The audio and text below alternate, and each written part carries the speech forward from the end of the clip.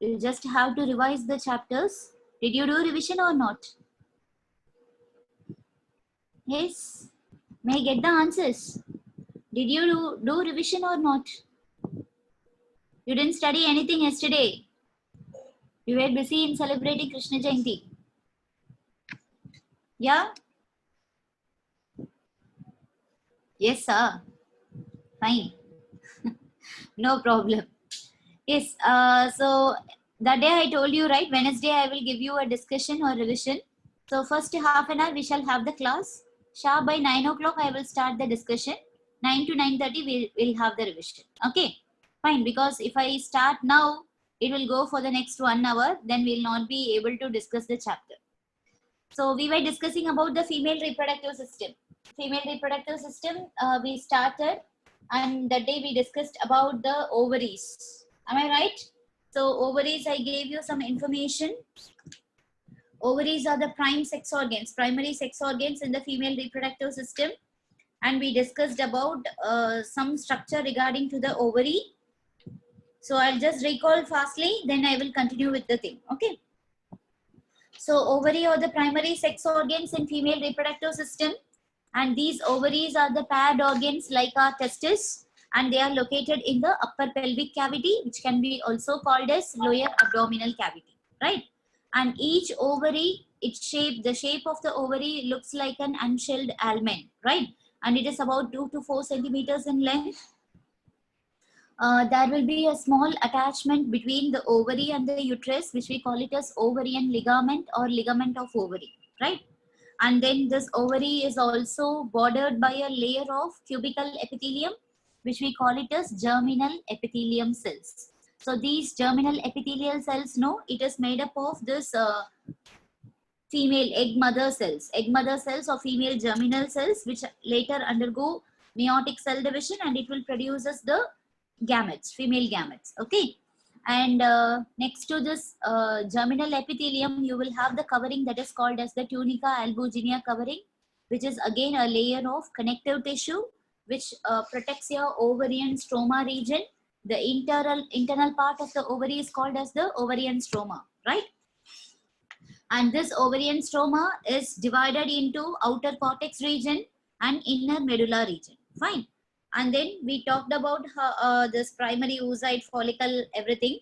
So I told you before birth itself, the oogonia, that is the egg mother cells, they divide by mitosis and forms the primary oocytes. And surrounding the primary oocytes, initially they were some lakhs of primary follicles. And after birth till puberty, this follicular cells, they will degenerate, and it will come to the count of 60,000 to 80,000. And these primary follicles, later it will get matured to form secondary follicle, and secondary follicles again they will get matured and develop to form tertiary follicle, and finally they will attain the stage that is called as the Graafian follicle. Okay, so this Graafian follicle, when it matures, it rupture, and inside this the primary oocyte, which has developed into secondary oocyte, that will come out of the ovary, and it will come out to the fallopian tube for the fertilization process. Okay, so once when the secondary oocyte come out to the fallopian tube, there it will wait for only 24 hours. So within the 24 hours, if sperm entry is there, fertilization will occur.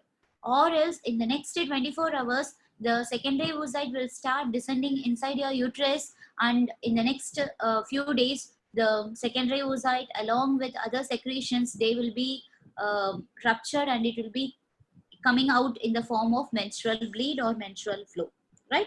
So this is what we discussed on that day, and I told you what is the average the secondary oocytes that are produced by the human female over the entire lifespan. That is about 450. Okay, around 400 to 450. 400 to 450. This range will vary from person to person, individual to individual, based on the age when she is attaining puberty, and based on the menopause, the number of secondary oocyte count will be different for the female, and that is the total number of menstrual cycle that happens in a normal adult female. Okay, right? So finally, coming to the functions of ovaries, you know what is the ovary function? Your testes, ovaries, they are involved in two important functions. Both your testes and ovaries, testis, and also ovaries. See, actually we are seeing about female reproductive system, but in the male reproductive system, testis also performs the same function. Both these are involved in two common functions.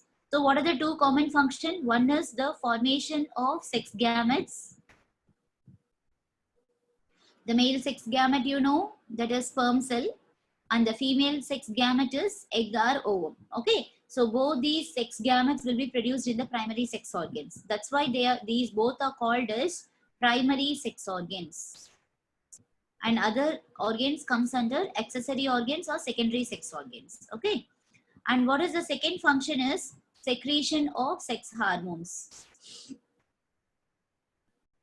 The male sex hormone is testosterone, and the female sex hormone is progesterone and estrogen. Okay, so these two, that is the sex hormones and the sex gametes, so these two will be produced or secreted in your primary sex organ, that is the male gamete sperm cell, and the male sex hormone androgen or testosterone will be secreted in testis, and the female gamete egg or ova, and the female sex hormone estrogen and progesterone will be secreted in the ovaries, right? So these are the prime functions of your ovaries. Now we can continue with the remaining sex organs, the accessory organs in your female reproductive system. Now followed by that day we drew the diagram, right? You just take your diagram and you can see from the ovary, I would have drawn a tube-like structure on either sides. And that is what we call it as fallopian tube. That day itself I marked all the parts, okay? So you can see your diagram. The fallopian tube will be there on either side of your uterus. On either side of your uterus, starting from the ovary, a long tube will be connected with the uterus, and this fallopian tube is the longest part of the female reproductive system. If they are asking what is the longest part of the male reproductive system, you have to say sperm duct, which is also called as vas deferens. Similarly, the longest part in the female reproductive system is oviduct, which we call it as fallopian tubes. Why I'm saying in plural? Because we have two fallopian tubes on either sides. So this is the longest part, and it is about 10 to 12 centimeters long. Okay, it is about 10 to 12 centimeters long, and this is called as the longest part in the female reproductive system.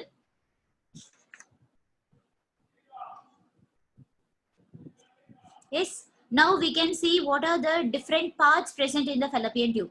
So you just referred your diagram, students. I would have marked some 4 parts together. I made a bracket and I wrote it as fallopian tube. So all those things are the parts of the fallopian tube. Okay. So the first one is like infundibulum. Okay. So the first part in your fallopian tube is infundibulum.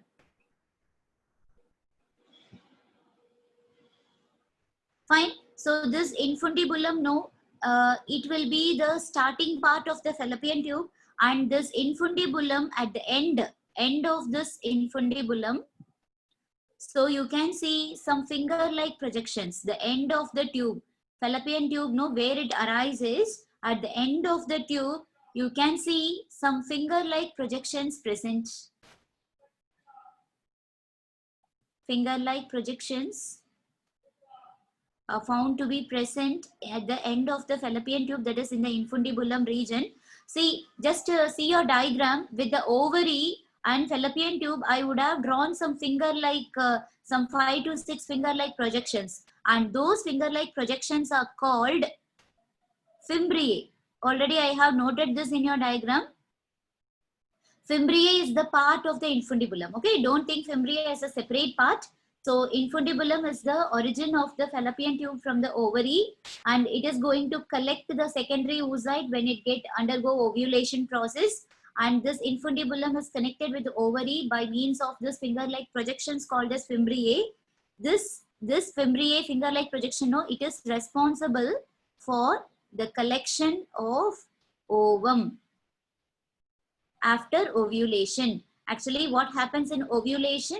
The Graafian follicle will rupture and the egg or ova, okay, it will release out from the ovary to the fallopian tube, and when it is coming out from the ovary, this fimbriae will just catch them, okay, it will just catch because it is acting like a net, okay, so it will just catch the ovum which is coming out from the ovary, and it is responsible for the collection of ovum after ovulation process. Okay, so this is of the fallopian tube.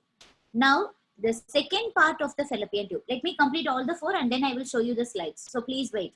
The next part following by infundibulum, the next part is the ampulla. This also I would have marked in the diagram. So this is the widest and longest part of the fallopian tube. This is the widest part and longest part of the fallopian tube.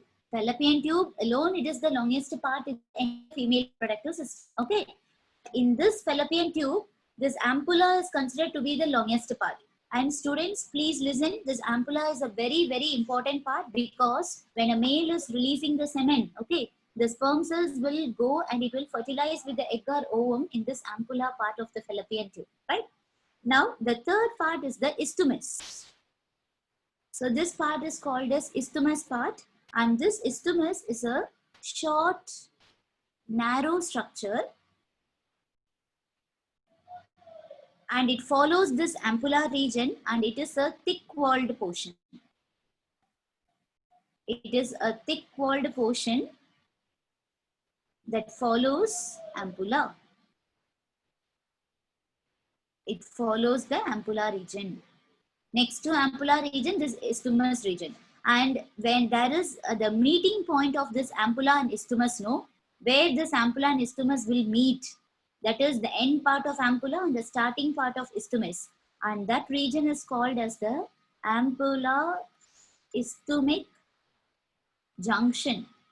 You know what do you mean by junction? Junction is always meeting point. So this ampulla isthmic junction, this where this ampulla and isthmus meet each other, this is the place, this is called as the site of fertilization. Fertilization exactly occurs in this site. Fine. And the last part is uterine part. Uterine part I would not have marked in the diagram. You just mark it like exactly the fallopian tube finally where it meets the uterus. Exactly where it meets the uterus. See, this is your uterus, right? And your fallopian tube comes like this. Okay, and from this elevation, your uterus part will starts. So this is your diagram, right? I'm drawing simply ma. So here is your ovary, and here you will have the finger-like projections. Okay, fine. And here you will have the attachment, right? So this is fimbriae. This part is infundibulum, and next comes ampulla, next comes isthmus. And this part where fallopian tube is entering into the uterus, this region is called as the uterine region. Okay, finally the terminal part of the fallopian tube where it is entering into uterus, no, that is called as the uterine part. And this uterine part, it enters into the uterine wall. It enters through the uterine wall, that is uterus wall. And it communicates with the uterine cavity. The final part of the fallopian tube that communicates with the uterine cavity is called as the uterine part of the fallopian tube. Got it? So are you clear about the 4 different parts of the fallopian tube? See, I'll show you the first slide. You can mark down all those things.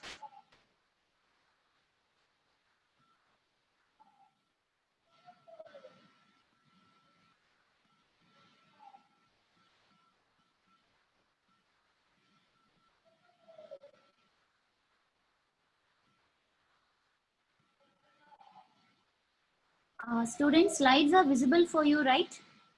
Slides are visible now. May I know whether the slides are visible for you? Yes, yes. Okay, thank you. Thank you so much. Yeah. Have you copied the first slide? Shall I show you the second one? Fallopian tube, please understand, fallopian tube is very, very important. You may get questions from this fallopian tube part, the 4 parts of the fallopian tube. In your NCRT, it has been given only 3, infundibulum, ampulla, and isthmus. Uterine part will not be there. So this is the second one. The second slide. So all these 4 parts, know whatever I mentioned for the fallopian tube, These four parts will be present on both the sides, on both the fallopian tubes, okay, not in one side. The same isthmus, ampulla, sorry, infundibulum, ampulla, isthmus, and uterine. It will be present on the opposite side also, right?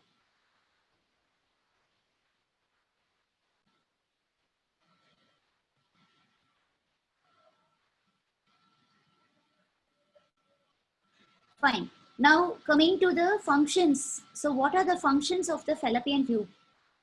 What it will do, exactly what is the function, right? So the fallopian tube, no, it is the one which conveys the ovum from the ovary to the uterus. So the main important function of fallopian tube is it conveys the ovum from the ovary to the uterus. Actually, to say, actually, like that is the exact thing is, it is not ovum. Wherever you are using here also, I told you, right?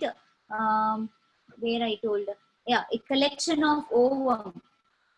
All these are not actually ovum. They are secondary oocytes. But in your book, no, in all your books, whatever book you refer, it will be given as ovum, ovum, ovum. But ovum is not the right answer. Why? Because you will get to know in fertilization process only when the sperm enters into the secondary oocyte, just before some few nanoseconds before the fertilization, the secondary oocyte will get converted into ovum. Unless there will be no formation of egg or ova, it will be in the form of secondary oocyte.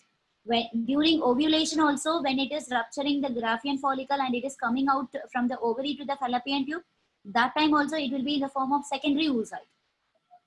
And after in fallopian tube, when it travels through fallopian tube and it is waiting in the ampulla isthmic junction for the sperms to come, it will be in the form of secondary oocyte. Only when the sperms are trying to enter into the secondary oocyte, just before that, the secondary oocyte will undergo the second meiosis and it will forms the ovum. You will get to know in fertilization process, there you will understand clearly. But as it is given everywhere ovum in your book, I am also representing as ovum. Okay, but please don't have a wrong idea that ovum will be already formed in the ovary. Ovum will be formed only at the time of fertilization, just before the time of fertilization. Okay, right? So you will get it clearly in the fertilization process. Just you write it now. And conveys the ovum is during ovulation. This is during ovulation. When ovulation is taking place, when rupturing of Graafian follicle occurs, the ovum will be collected from the ovary and it will be conveyed to the uterus. So this movement, this full movement occurs. It is a peristalsis movement. Already you know what is peristalsis movement. It is a wave-like movement which occurs due to the contraction and relaxation of the muscles present in them. So the same peristaltic movement will help in making the ovum to pass into the fallopian tube and reaches the junction of fertilization. Okay. And the second important point is fertilization process takes place in the fallopian tube. Fertilization takes place in the fallopian tube. I told you where exactly it occurs. It exactly occurs in the ampulla isthmic junction. Okay, in the upper part of the ampulla and lower part of the isthmus, fertilization will occur, and that's what I am referring as ampulla isthmic junction. Okay, where ampulla and isthmus meet, no, that is called as ampulla isthmic junction, and that is the site of fertilization process. Got it? Yes. Now we can move on to the next part, that is uterus part.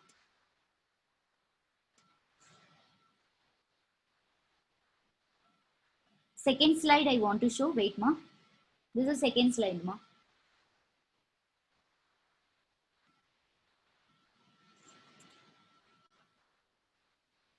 So I'll finish it off this female reproductive system now. Then we'll go for the discussion. Okay.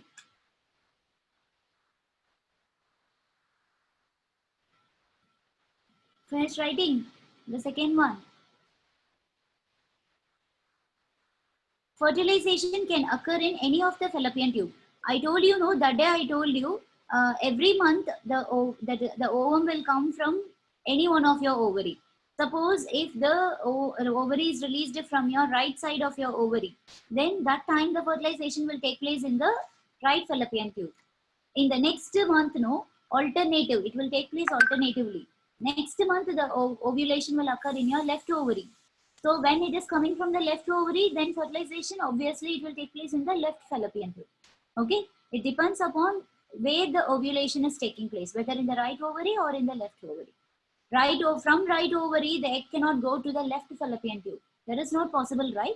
So based on the ovulation taking place in the type of ovary, the fertilization also occurs. No, both the ovaries will not release the egg at the same time. That occurs in a very, very, very rare case.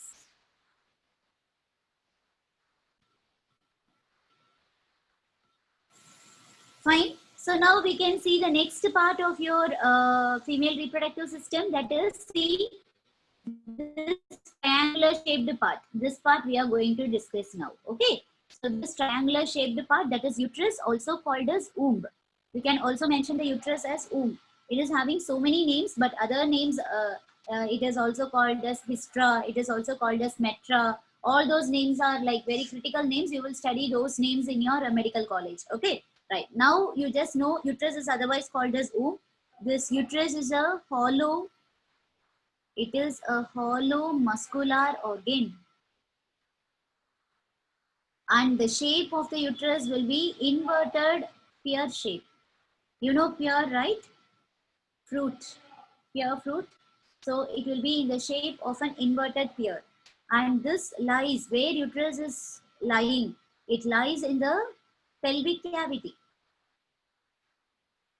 Exactly in the pelvic cavity. When you talked about ovary, we told ovary is, it lies in the pelvic cavity between. Uterus is located in between urinary bladder, in between the urinary bladder and the rectum. Rectum, you remember in digestion, you would have studied in large intestine. It will be divided into cecum, colon, rectum.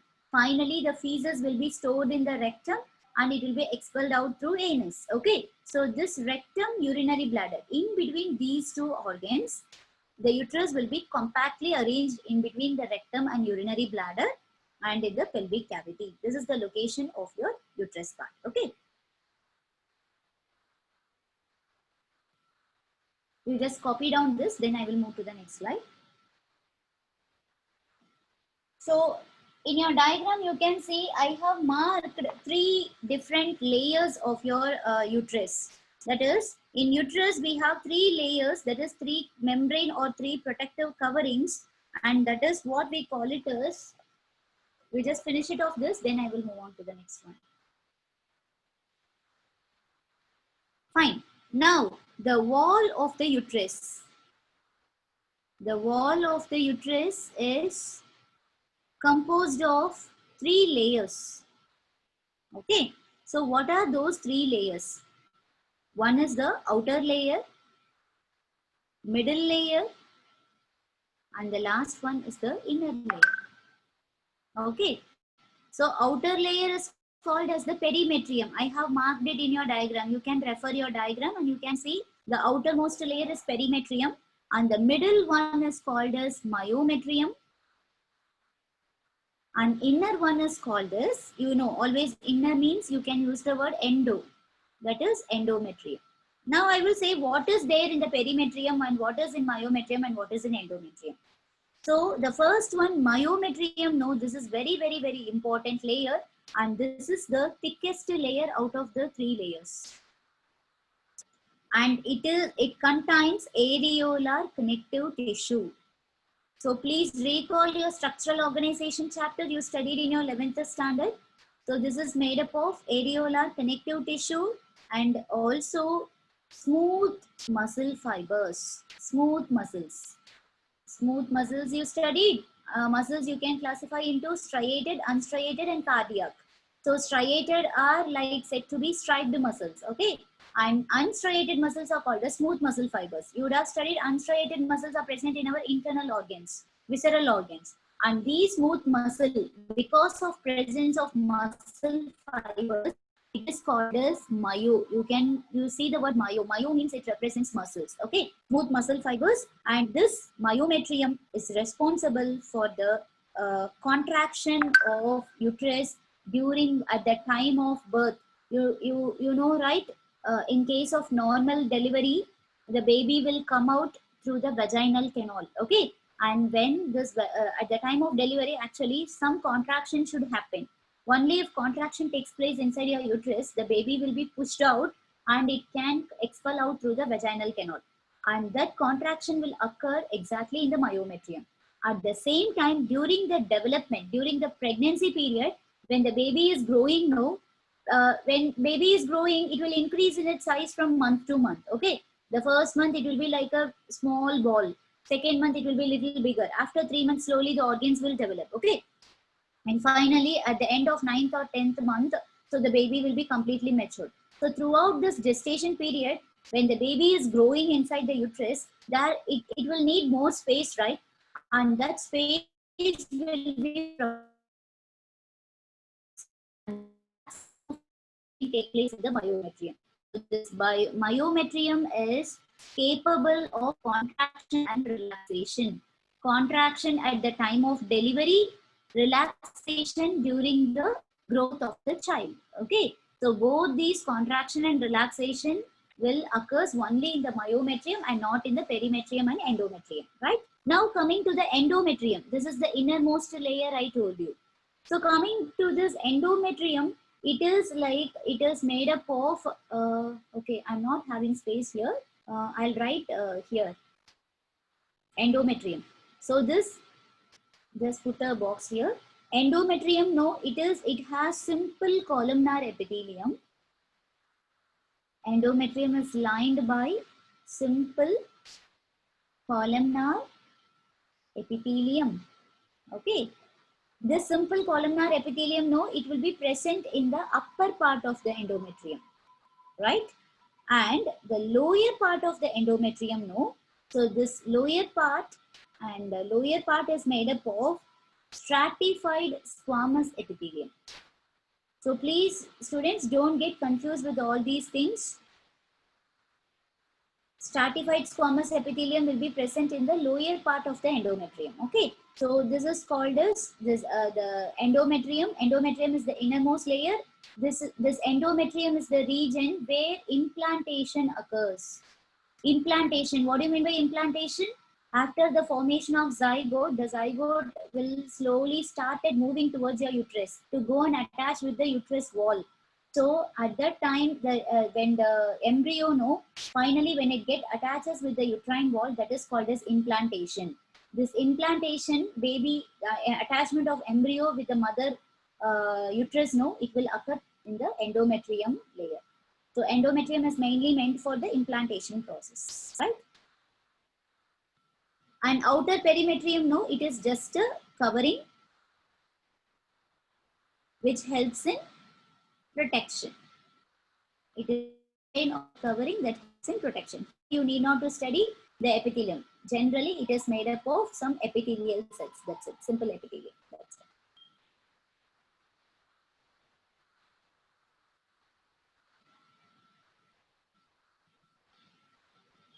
Okay, I think time is 9. We'll stop here, students. Still, we have to discuss about this uterus. Okay. We'll continue with the discussion, and tomorrow we shall discuss about the remaining parts of the female reproductive system. So once if you're done with the 4th slide, I will close this and I will open the questions.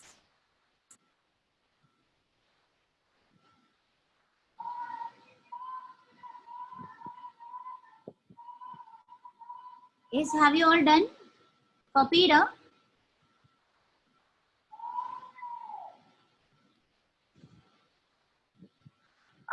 Yeah, fine. See, myometrium is responsible for the contraction and relaxation.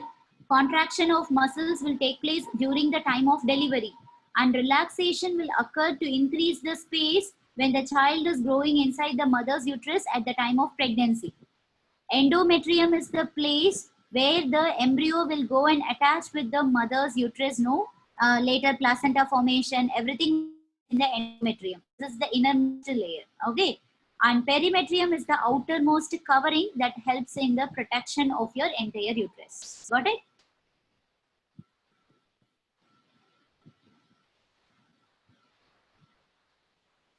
Fine, I will show you all the slides just for a few seconds more. You just take a snapshot. So first one, second one, third one, and this is your fourth one. Fine. Okay, you just close all your work, that is writing part, close your notebook, just listen to the screen. Okay. I just took a test now fastly morning in the 2 minutes, like I took a fast test. So because I cannot, or else I cannot show you the questions, right? So that's why. Fine. You just look at the screen. Questions are visible for you, or else I have to zoom. Questions are, the slide is, screen is visible. Yes. Okay. Fine. Yeah. See, biodiversity of a geographical region. Biodiversity, you know, bio means living organisms. Diversity means the varieties of living organisms that are present in a particular ecosystem. Okay. So then it is diversity in the organisms living in the region. That region can be any ecosystem or any habitat or whatever it is. It is not only the genetic diversity. Endangered species only alone will not present, it will not represent biodiversity, and endemic species is also not biodiversity. Okay. Now, the second question. Among the vertebrates, the species diversity is the maximum. So I gave you in species diversity, sorry, yeah, the maximum among the vertebrates. Vertebrates, I gave you the order, you remember. First come fishes, then comes birds and other things. Okay. So fishes are the most highest among the vertebrates. Management of biosphere for providing this, I gave you the definition. So the whatever we are having at the present, we should conserve for the future generation. And that is what we call it as conservation. Afforestation means planting new trees. Population, you know, a group of organisms belonging to a particular habitat in a period of time is population. Deforestation is cutting down the trees or destroying the forest is called as deforestation. So conservation is the correct answer. Okay. Then the next question, which is an example of ex situ, zoo, because remaining three are in situ conservation. In India, Western Ghats is known as hotspot. Hotspot, if a region want to be a hotspot region, I told you some important characters. It should have richness of species, high degree of endemism, accelerated, it should be like accelerated species of habitat loss. Okay. So this is, so here you can see high endemism is given. That is the one which makes Western Ghats as a bio hotspot. The species which is restricted to a particular area, that is, they can be found only in that area and cannot be seen anywhere else in the world, and it is called as endemic species. And you know, the first one, endemic species, no, Nilgiri pipit. Alien species, I told you that is the foreign species, African catfish, you know very well. Okay. So Q with the option 3, it is there in only one option. So by any one of this, you can go to the answer. And then habitat loss is said to be lion-tailed macaque. And then over-exploitation is spring-tailed lizard. I thought like alien species, African catfish, you know very well. So Q with the 3 answer is there only in the B in this option. Okay. So you can go directly to that answer.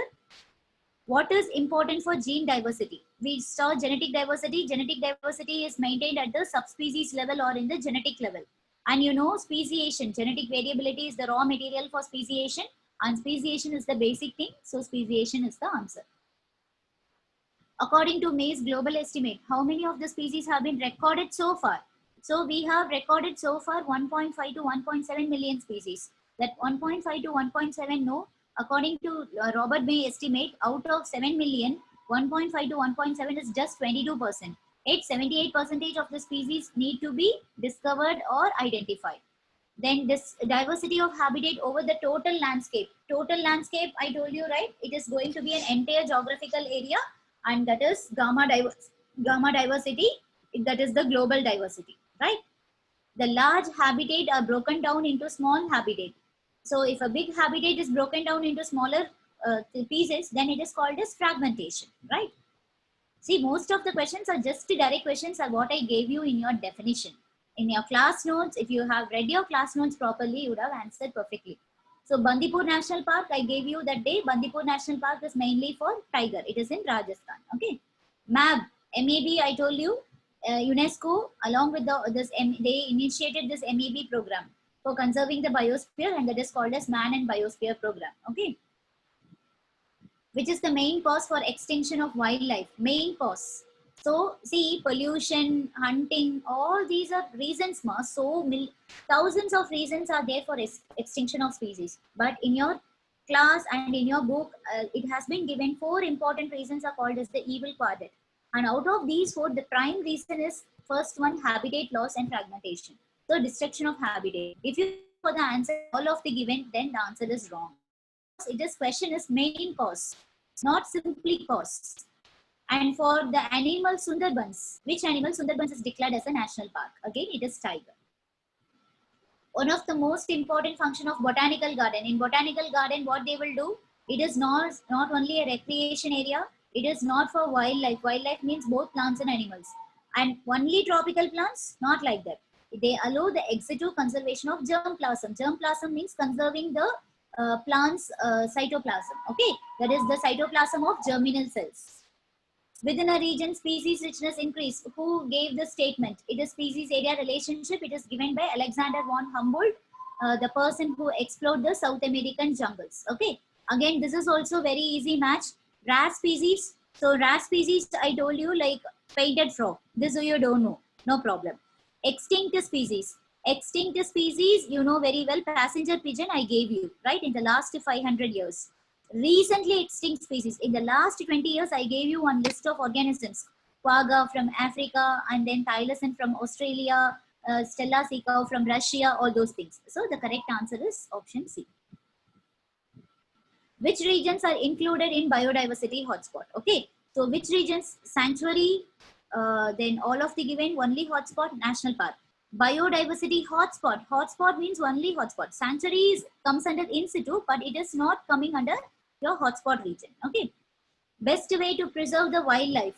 To kill the predator. If you kill the predator, the ecological imbalance will be there. Okay. They are asking preserving. Preserving means to conserve the organism. You can preserve the natural habitat of the organism so that the organisms present in the environment will be preserved.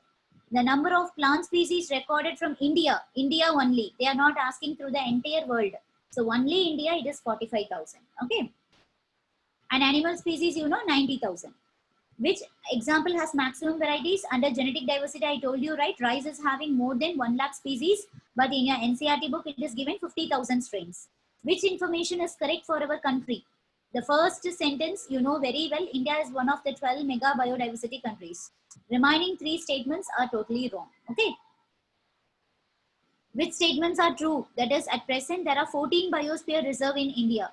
For biosphere reserve in India, in NCERT, it is given 18, but it is 19.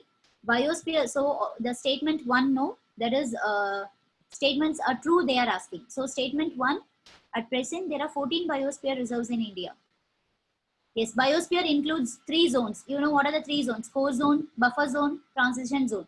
Bandipur, Periyar, Kaziranga, I gave you all those examples. They are examples for biosphere reserve.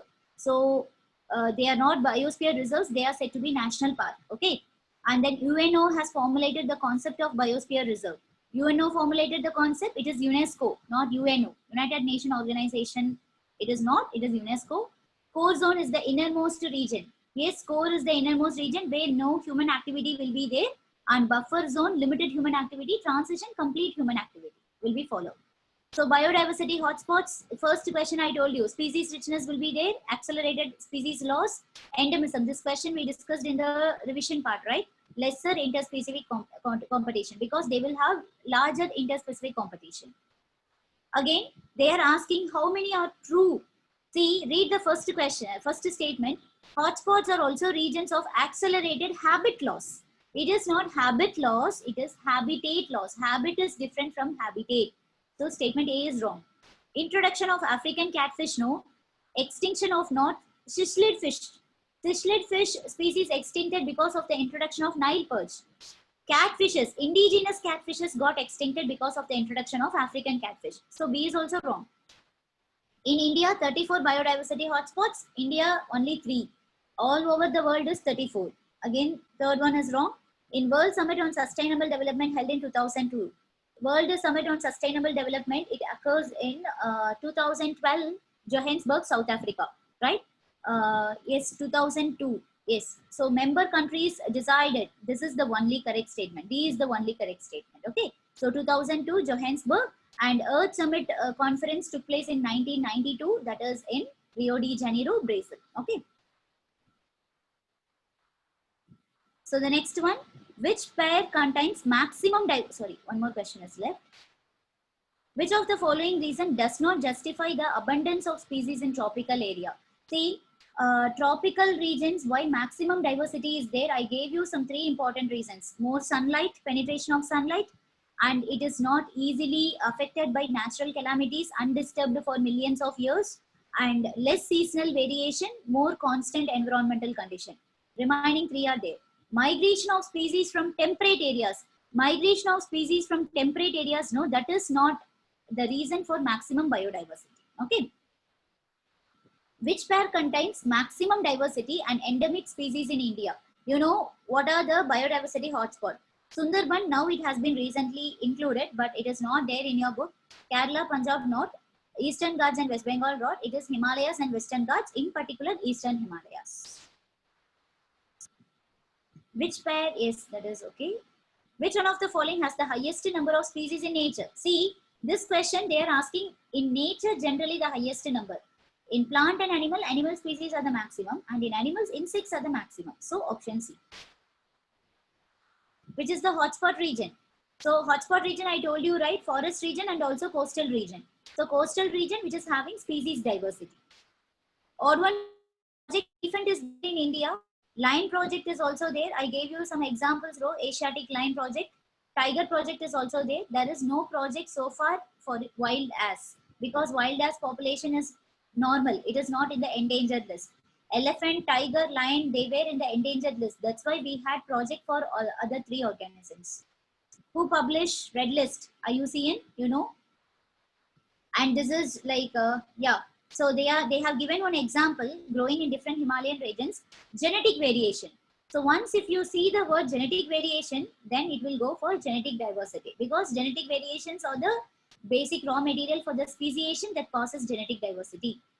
Not applicable for in situ. Botanical garden is an ex situ. So that is the exceptional one. Species diversity increases, and many students got doubt in this question. They got confused. See, I told you, as we move from lower to higher latitude and altitude, the species diversity will decrease. Okay. Now the question is just inverse. Species diversity increase. Increase means as we proceed from higher altitude to lower altitude, or higher latitude to lower latitude, species diversity will increases. That is, from the polar region, when you move to the equator, the diversity will increase. Okay, not decrease. You know, in species diversity in a full complete ecosystem. Fine. For which animal? Gir National Park. The day I gave you, it is for Asiatic lion. Different types of mango species, like rice mango species. This is also subspecies level. It is an example for genetic diversity. How can the biodiversity be conserved? By maintaining the species, by maintaining ecosystem, by maintaining the genes of species. All these comes under in situ and ex situ. So all of the given can be chosen. Yeah, biosphere, this is also a direct match. So biosphere reserve, right? So biosphere reserve is Great Nicobar, Andaman and Nicobar. Hotspots. Hotspots, you can say Eastern Himalayan region. Biodiversity of Gujarat, it is Marine National Park. Greatest biodiversity is in the Amazon rainforest, the tropical forest. That is why it is called as the lungs of the planet. And next one, see this alpha diversity, beta diversity, and gamma diversity. Alpha diversity, you know, within a community. That community means it can be a habitat or it can be an ecosystem, whatever it is. So directly the first option, richness of different species in a habitat. Okay. And beta diversity, no. Richness, beta diversity, what you will do, you will have 2 different habitats or 2 different community, and comparing these 2 things, you will see the study about the diversity of organism, and it is given with the one habitat to another habitat within the community diversity. And gamma diversity, it is going to be an entire one. So richness of different species in different habitat. When you are going different habitat, that will come under global area. Global area means vast geographical area will come under your gamma diversity, that is your stable and protective one. Okay. Greatest biodiversity, obviously, it will be seen in the tropics because tropics are located very close to the equator region. The region which are close to equator, they will have constant environmental condition, less variation. Okay. Jim National Corbett Park is famous for tigers. And that is the first national park developed. The term biodiversity was popularized by Edward Wilson. Co-extinction. So this question also, many students had doubt in this question. Co-extinction means, students please be clear, I told you co-extinction means when some organisms are like some organisms are in interaction with each other. When one organism is becoming extinct, the organism which is depending on the other organism will also become extinct. This occurs in a very, very close relationship. Okay. Not in all cases of food chain and food web. Because in most of the ecosystem, when you take, there will be multiple predator and multiple prey. Okay. I will ask you one question. For a lion living in a forest, only deer will be the prey for that organism. It will not eat away any other herbivorous organism. It can, right? So in all our ecosystem, we are having food web. Food chain is limited and it is very, very rare case and a very rare ecosystem, right? So usually co-extinction occurs for a typical type of predator belonging to a typical type of prey. Okay. So predation, no, you have multiple predators and multiple prey for an organism. Amensalism also similarly. In amensalism, it need not to be like closely interacted because only one organism will be affected. Other one is neutral. When other one is neutral, it is not dependent on the organism. So you cannot go for predation and amensalism. Host and parasite relationship, no. So parasite, no, they will choose typical host for their survival, right? They cannot survive in all different hosts. So in that case also, only when they are having very close relationship, then it will go for co-extinction. Okay.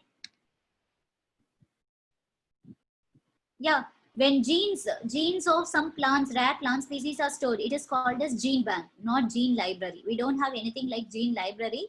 Only gene bank, semen bank, pollen bank, seed bank are there. Fine. Animals and plants are mostly protected. Both animals and plants. If you go for botanical garden, only plants are conserved. Sanctuary, only animals. Zoos, only animals. National park, both plants and animals. You can arrange based on the latitude. So the first Colombia is very close to the equator. Next to Colombia, India is in the tropical region. And next comes your, yes, New York, and finally Greenland, because Greenland is in the pole. So option C. Okay. Diversity within a species, subspecies. Subspecies level is genetic diversity. I don't know how many of you chose this species diversity. Species diversity is related to the richness of the species and not the diversity within a species. Okay. Natural Wildlife Protection Act, and this also many of you got wrong. I just saw your scores. Formulated in the year 1972, amended in the year 1991. Okay, so that is difference. So please note down it properly. Formulated means when it was, the law was created, and it was implemented in the year 1991. Okay, which is the hotspot of India? You know, Western Ghats. It is not Eastern Ghats. Gangetic Plain. It is not Gangetic Plain. Now they are discussing for making it as a biodiversity hotspot, but in your NCERT it is not given the answer. Mangrove forest.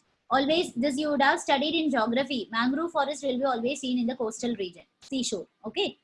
In Lake Victoria in East Africa, introduction of which species? This is what I told you now. Nile perch. Okay. Wait. I passed so many. Yeah. How many biosphere reserves are in India? Biosphere reserves in India is 18. It is given in your NCERT. Which one is the correct pair? Correct pair is, yeah. See, Bali, Javan, all those are completely extincted subspecies of tiger. So, but they have given endangered and rare. Endangered and rare means still they are available.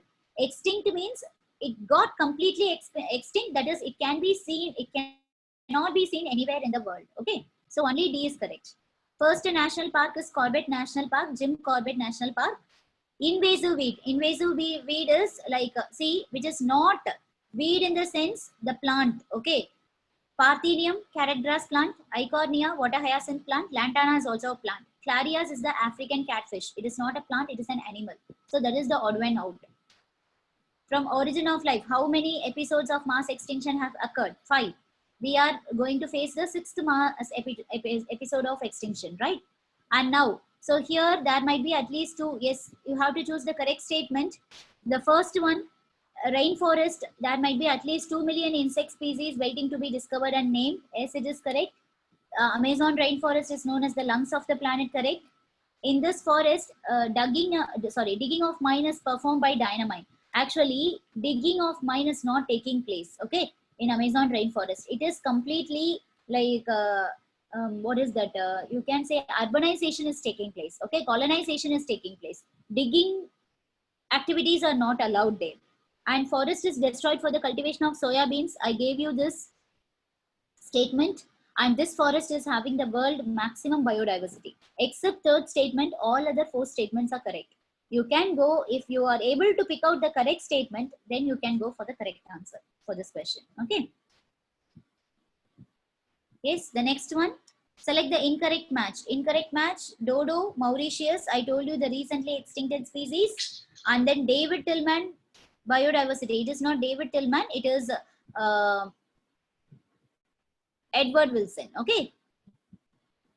Next one. Which of these is an in situ national park? Remaining 3 or ex situ?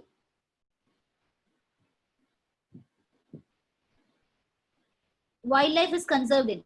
Wildlife is conserved both in situ and ex situ, because in situ also we have conservation for animals, and ex situ also we have conservation of animals like safari park, zoological park and all. Okay. Evil quadrant of biodiversity loss does not include habitat loss and fragmentation is the first reason. Overexploitation is there. Introduction of alien species is there. Hunting is not there in the evil quadrant. Okay. And according to logarithmic scale of Alexander von Humboldt, the equation, correct equation is log S is equal to log C plus Z log A. Okay. And you know the normal equation, S is equal to C into A power Z. Odd for species diversity, we have alpha, beta, gamma. Lambda diversity is not there. So that is the odd one out. Which type of information is obtained from red list? Red list, you will have the endangered plants and animal species list. Okay. And hotspot biodiversity in India against Western Ghats. India has 2 hotspots, Northeast Himalayas and Western Ghats, which are rich in. They are rich in all group of organisms. Then only it can be considered as hotspot. Amphibian, reptile, mammal, butterflies, flowering plants, everything will be there. Okay. Extincted from Australia, thylacine, the direct question. More than 70% of all the species recorded so far are animals, because less than 22. And tallest and smallest gymnosperm, this you would have studied in your plant kingdom chapter. The tallest gymnosperm plant is sequoia, and the longest lifespan is also for sequoia. And Wolffia is the smallest plant under this gymnosperm. Okay. IUCN expansion, you know, Union for Conservation of Nature, which also includes natural resources. Threatened species. Threatened species, I told you, right? It will be including endangered, vulnerable, rare. All these are said to be threatened species.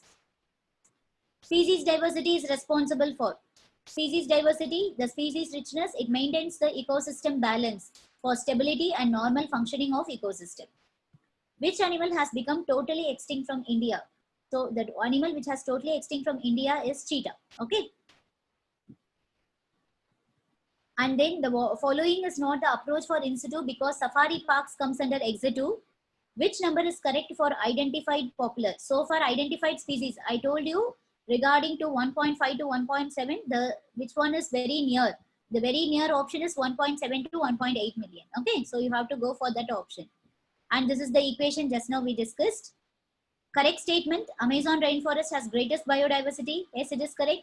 Biodiversity will be always highest in tropics, correct? According to Robert May estimate, global species diversity is 7 million species. Yes. World Summit on Sustainable Development was held in Johannesburg in 2002. Among the recently extinct animal, quagga belongs to Africa. Where, see, the question is, which is the area that is around the core zone? Surrounding core zone will be the buffer.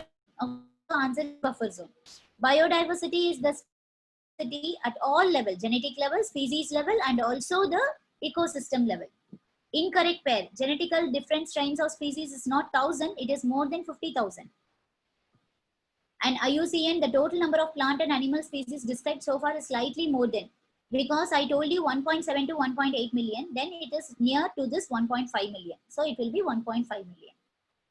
Which one is correct for individual of the same species? Same species, individual belonging to a population in a particular habitat for a period of time. Amazon rainforest is called lungs of the planet because 20% of the oxygen is released to the Earth's atmosphere from this Amazon, and maximum amount of oxygen is released from the day I told you, do you remember? Phytoplanktons from marine oceans, okay? And see, first statement, diversity observed in the entire geographical area is called as gamma diversity. Yes, correct. In the entire geographical area. Biodiversity decreases from high altitude to low altitude, increases. So the statement B is wrong. A is correct, B is wrong. Option A is the right answer. Okay. Yes, that's all. So we are we have completed this. So fine students, tomorrow we'll have the continuation of female reproductive system, and tomorrow we'll try to complete this. Okay. Fine. So see you all tomorrow. Please start revising your biodiversity and organism and population. 2 chapters are there for your this week NEET exam. Don't forget, don't forget and read only 1 chapter. And yesterday some students asked me if it is human reproduction or ecology. Again, I'm saying it is ecology unit and not the human reproduction. Okay. Thank you. See you all tomorrow.